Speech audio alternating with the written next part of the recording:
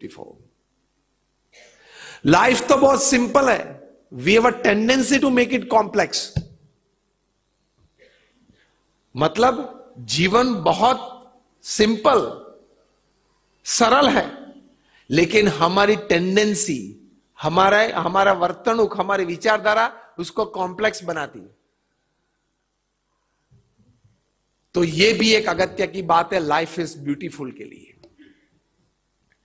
तीसरी एक बात है, श्रीमद् भगवत गीता में भगवान श्री कृष्ण अर्जुन को कहते हैं, कर्मण्येवाधिकारस्ते मा फलेषु कदाचन।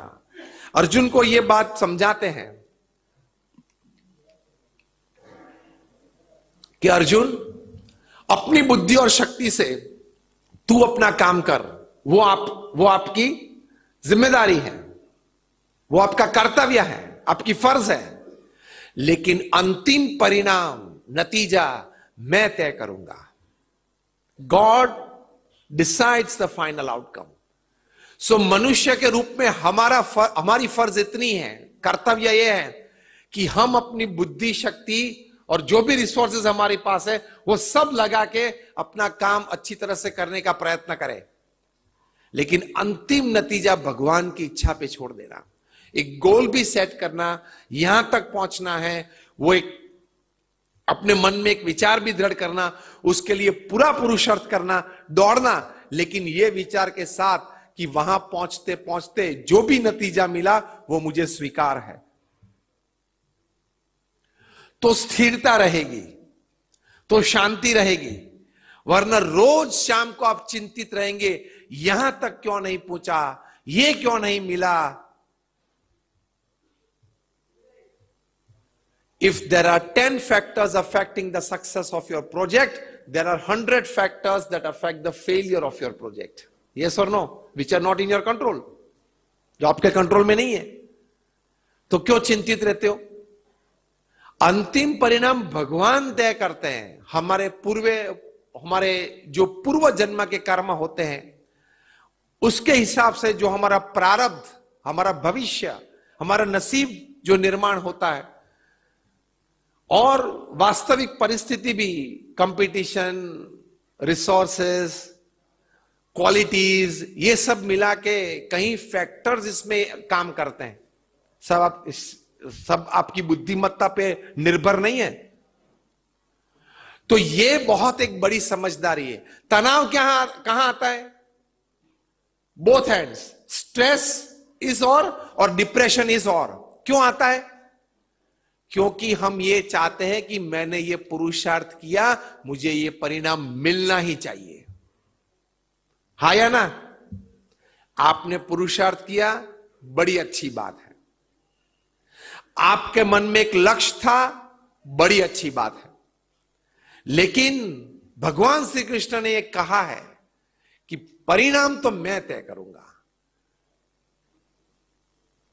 फिर आप क्यों चिंतित रहते हो?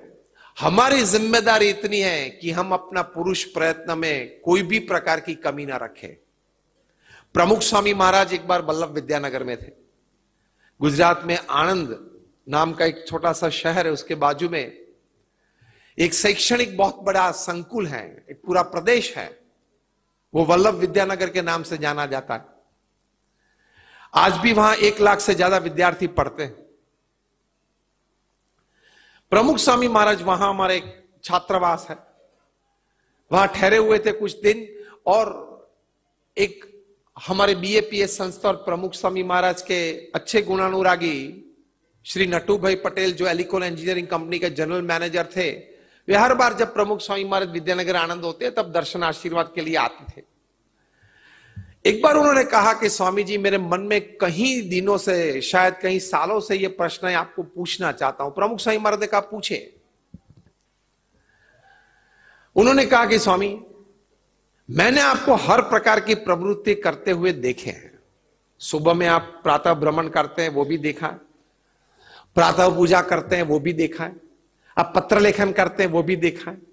संस्था के विकास या कुछ आयोजन के लिए आप मीटिंग में बैठे हो, कुछ चर्चा करते हो, वो भी मैंने आपको वो स्वरूप में भी देखा है। मैंने आपको टेलीफोन पे किसी से बात करते हुए देखा है।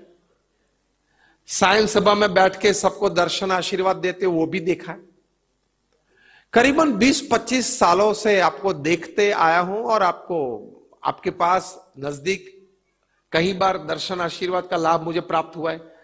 लेकिन एक बात मेरे मन में आश्चर्य है कि कभी आपके चेहरे पे मैंने टेंशन नहीं देखा, स्ट्रेस नहीं देखा, कोई कमजोरी नहीं देखी, कोई दुख नहीं देखा, कोई तनाव नहीं देखा, कोई उदासीनता नहीं देखी।